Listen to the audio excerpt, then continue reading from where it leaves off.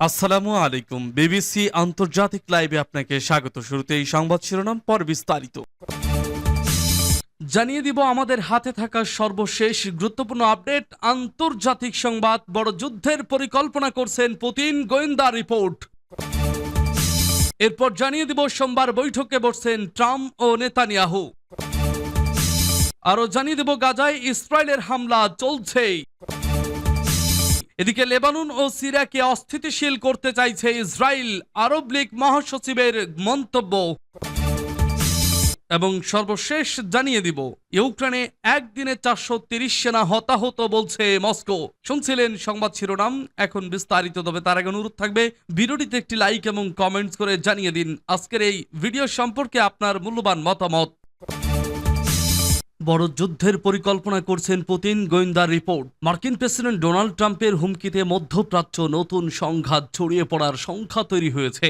ইরানের বিরুদ্ধে মার্কিন বাহিনী যদি অভিযান শুরু করে তাহলে কে কার পক্ষে দাঁড়াবে, এখন চলছে সেই সমীকরণও। এরই মধ্যে প্রকাশ্যে এলো চাঞ্চল্যকর এক গোয়েন্দা তথ্য। জার্মান সামরিক গোয়েন্দাদের ওই তথ্য বলছে বড় ধরনের যুদ্ধের প্রস্তুতি নিচ্ছেন রুশ প্রেসিডেন্ট ভ্লাদিমির পুতিন। রাশিয়াকে দুর্বল করতে চেষ্টার ত্রুটি করেনি যুক্তরাষ্ট্র, কিন্তু পুতিনের নেতৃত্বে আমেরিকাকে বারবার ব্যর্থ করে দিয়েছে রাশিয়া। এমনকি মধ্যপ্রাচ্য, এশিয়া ও আফ্রিকায় নিজের বন্ধু বাড়িয়েছেন পুতিন। ইরানের সঙ্গেও সম্প্রতি রাশিয়া প্রতিরক্ষা চুক্তি করেছে।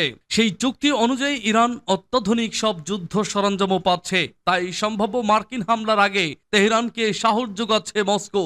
জার্মান সামরিক গোয়েন্দাদের অনুসন্ধানের ভিত্তিতে ইউরোপীয় কর্মকর্তাদের এমন বিশ্বাস জন্মেছে ন্যাটো ইউরোপীয় দেশগুলোর বিরুদ্ধে বড় ধরনের যুদ্ধের প্রস্তুতি নিচ্ছে রাশিয়া। জার্মানির 3টি গণমাধ্যম এ নিয়ে যৌথ তদন্ত প্রতিবেদন করে, তার ভিত্তিতে সংবাদ প্রকাশ করেছে। এই প্রতিবেদনে বলা হচ্ছে পশ্চিমের সঙ্গে বড় ধরনের সংঘাত হতে পারে, এমনটাই ভাবছে রাশিয়া।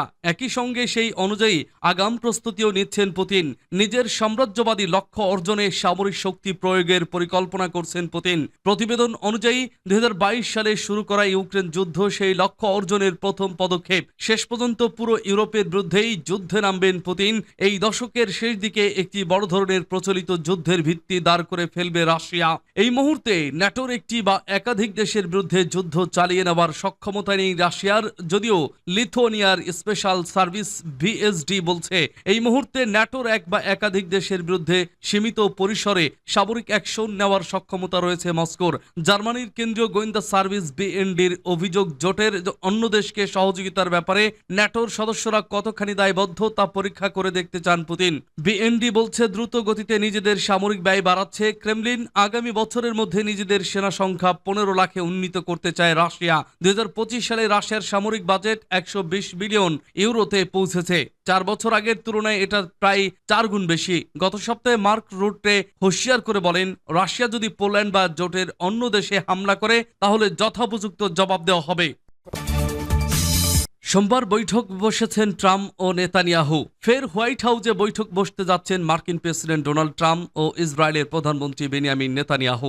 আগামীকাল সোমবার বৈঠকটি হওয়ার কথা আছে। হোয়াইট হাউসের এক কর্মকর্তা ও নেতানিয়াহু দপ্তর বৈঠকের বিষয়টি নিশ্চিত করেছে। ব্রিটিশ সংবাদ মাধ্যম দ্য গার্ডিয়ান, বার্তা সংস্থা এপি ও কাতার ভিত্তিক সংবাদ মাধ্যম আল জাজিরা তাদের এ খবর জানিয়েছে। সংবাদ মাধ্যমগুলো জানায় বৈঠকে আলোচনার বিষয় হিসেবে থাকছে ট্রাম্পের হঠাৎ করে ইসরায়েলি পণ্যের ওপর 17% শুল্ক আরোপ, গাজা পরিস্থিতি, ইরান ইস্যু এবং অস্ত্র সহায়তার বিষয়টি গুরুত্ব পাবে। নেতানিয়াহুর জেরুজালেম কার্যালয় থেকে এক বিবৃতিতে জানানো হয়েছে, শুল্ক, গাজা থেকে ইসরায়েলি জিম্মিদের ফিরিয়ে আনার প্রচেষ্টা, ইসরায়েল তুরস্ক সম্পর্ক, ইরানি হুমকি এবং আন্তর্জাতিক অপরাধ আদালতের বিরুদ্ধে লড়াই নিয়ে ট্রাম্পের সঙ্গে আলোচনা করবেন তিনি। ট্রাম্পের দ্বিতীয় মেয়াদে এটি হবে তাদের দ্বিতীয় মুখোমুখি বৈঠক। এই বৈঠক এমন এক সময় হতে যাচ্ছে যখন ইসরায়েল গাজায় নতুন একটি নিরাপত্তা করিডোরে সৈন্য মোতায়েন করেছে, যা হামাসকে চাপে রাখতে একটি কৌশল বলে ধারণা করা হচ্ছে।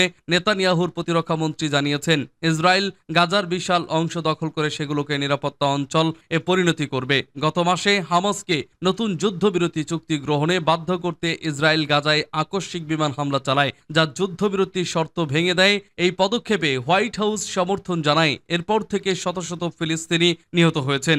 ইসরায়েল ঘোষণা দিয়েছে তারা গাজায় যুদ্ধ চালিয়ে যাবে যতক্ষণ না হামাস 2023 সালের 7 অক্টোবরের হামলায় অপহরণ করা সব বন্দী দিকে ফিরিয়ে দেয়, অস্ত্র সমর্পণ করে এবং অঞ্চলটি ছেড়ে যায়। বর্তমানে গাজায় খাদ্য, জ্বালানি ও মানবিক সাহায্য প্রবেশে সম্পূর্ণ নিষেধাজ্ঞা আরোপ করা হয়েছে, সূত্র দ্য গার্ডিয়ান ও এপি ও আল জাজিরা। গাজায় ইসরায়েলের হামলা চলছেই। গাজা উপত্যকায় ইসরায়েলের হামলা অব্যাহত রয়েছে। সর্বশেষ হামলায় দক্ষিণ খান ইউনুসে এক সাংবাদিক এবং উত্তর গাজা শহরে এক শিশু সহ কয়েকজন ফিলিস্তিনি নিহত হয়েছেন বলে জানিয়েছে বার্তা সংস্থা রয়টার্স। এদিকে গাজায় 15 জন চিকিৎসা কর্মী হত্যার একটি নতুন ভিডিও প্রকাশের পর আন্তর্জাতিক ক্ষোভ আরও বেড়েছে। ভিডিওতে দেখা যায় জরুরি সেবা কর্মীরা প্রতিফলক জ্যাকেট পরে স্পষ্টভাবে চিহ্নিত অ্যাম্বুলেন্সের ভেতরে অবস্থান করলেও ইসরায়েলি সেনারা তাদের লক্ষ্য করে গুলি চালায়। ফিলিস্তিনি তথ্য কেন্দ্র জানায়, রাতভর চলা ইসরায়েলি হামলায় আরও এক শিশু সহ অন্তত 5 জন নিহত হয়েছে। খান ইউনুসের পশ্চিমে আল মাওয়াশি এলাকায় বাস্তুচ্যুতদের একটি তাঁবুতে হামলায় এই হতাহতের ঘটনা ঘটে। জাতিসংঘের তথ্যমতে 18 মার্চ যুদ্ধবিরতি ভঙ্গের পর থেকে প্রতিদিন গড়ে 100 জন ফিলিস্তিনি শিশু নিহত বা আহত হচ্ছে। এদিকে অধিকৃত পশ্চিম তীরের নাবলুস শহরে ইসরায়েলি সেনারা অভিযান চালিয়ে 2 যুবককে গ্রেপ্তার করেছে বলে জানিয়েছে আল জাজিরা। ফিলিস্তিনি প্রিজনার্স সোসাইটি জানিয়েছে, 2023 সালের 7 অক্টোবর থেকে এ পর্যন্ত পশ্চিম তীর থেকে 15,800-রও বেশি ফিলিস্তিনিকে আটক করা হয়েছে, সূত্র রয়টার্স। লেবানন ও সিরিয়াকে অস্থিতিশীল করতে চাইছে ইসরায়েল, বলছে আরব লীগের মহাসচিব। আরব লীগের মহাসচিব আহমেদ আবুল গেইত শনিবার ইসরায়েলের বিরুদ্ধে সিরিয়া ও লেবাননে সামরিক উস্কানির মাধ্যমে অস্থিতিশীলতা তৈরির অভিযোগ তুলেছেন। তিনি বলেছেন, এসব পদক্ষেপ আন্তর্জাতিক আইনের প্রতি স্পষ্ট অবজ্ঞার পরিচায়ক। সৌদি প্রেস এজেন্সির মাধ্যমে প্রকাশিত এক বিবৃতিতে তিনি বলেন, আন্তর্জাতিক সম্প্রদায়ের নীরবতা ইসরায়েলকে আরও সাহসী করে তুলেছে। তিনি আরও বলেন, ইসরায়েল যে যুদ্ধগুলো পরিচালনা করছে অধিকৃত ফিলিস্তিন অঞ্চল, লেবানন এবং সিরিয়ায়, তা এক নতুন পর্যায়ে প্রবেশ করেছে। এটি এখন সম্পূর্ণ বেপরোয়া রূপ ধারণ করেছে, যেখানে স্বাক্ষরিত চুক্তি লঙ্ঘন, অন্য দেশে অনুপ্রবেশ এবং বেসামরিক মানুষ হত্যা করা হচ্ছে। লেবাননে ইসরায়েলের লক্ষ্যভিত্তিক হত্যা অভিযান পুনরায় শুরু করাকে তিনি গত বছরের শেষের দিকে স্বাক্ষরিত অস্ত্রবিরতি চুক্তির চরম লঙ্ঘন হিসেবে উল্লেখ করেছেন এবং একে তিনি অসম্ভব ও নিন্দনীয় বলে আখ্যায়িত করেন। আবুল গেইত বলেন, ইসরায়েলের যুদ্ধ যন্ত্র থামাতে চায় না যতক্ষণ না দেশটির নেতারা তাদের অভ্যন্তরীণ সংকট বিদেশে রপ্তানি করে সমাধান করার চেষ্টা চালিয়ে যাচ্ছে। এই বাস্তবতা এখন সবার কাছেই পরিষ্কার হয়ে গেছে। গাজা স্বাস্থ্য মন্ত্রণালয়ের সর্বশেষ হিসাব অনুযায়ী 2023 সালের 7 অক্টোবর হামাসের হামলার পর ইসরায়েলের পাল্টা অভিযানে ফিলিস্তিন ভূখণ্ডে 50,000-এরও বেশি মানুষ নিহত হয়েছে এবং 1,13,200 জনেরও বেশি আহত হয়েছে। লেবাননে যুদ্ধ পর্যবেক্ষক সংস্থাগুলোর তথ্য অনুযায়ী ইরান সমর্থিত হিজবুল্লাহর সঙ্গে ইসরায়েলের যুদ্ধে 2023 সালের 8 অক্টোবর থেকে 2024 সালের 26 নভেম্বর পর্যন্ত 3,961 জন নিহত এবং 16,520 জন আহত হয়েছে। সিরিয়ার নতুন সরকার 3 এপ্রিল ইসরায়েলের বিরুদ্ধে একটি মারাত্মক অস্থিতিশীলতার সৃষ্টির অভিযান চালানোর অভিযোগ তোলে, যেখানে বিমান হামলায় একটি বিমানবন্দরে হামলা এবং দক্ষিণ দ্বারা প্রদেশে স্থল অভিযানে 13 জন নিহত হয়, সূত্র আরব নিউজ। ইউক্রেনে একদিনে 430 সেনা হতাহত, বলছে মস্কো। একদিনে 430 জন ইউক্রেনীয় সেনা হতাহত হয়েছেন বলে দাবি করেছে রাশিয়া। ব্যাটল গ্রুপ সেন্টারের দায়িত্বাধীন এলাকায় শুক্রবার এই হামলা চালায় রাশিয়া। মস্কো থেকে সংবাদ মাধ্যম তাস এ খবর জানায়। খবরে বলা হয়, ব্যাটল গ্রুপের প্রেস সেন্টারের প্রধান আলেকজান্ডার শাভচুক সাংবাদিকদের এ তথ্য জানিয়েছেন। তিনি বলেন, ইউক্রেনীয় সশস্ত্র বাহিনীর মোট 430 সেনা, একটি লেপার্ড ট্যাঙ্ক, 7টি যানবাহন ও 6টি কামান ধ্বংস করা হয়েছে, যার মধ্যে 2টি পশ্চিমা নির্মিত।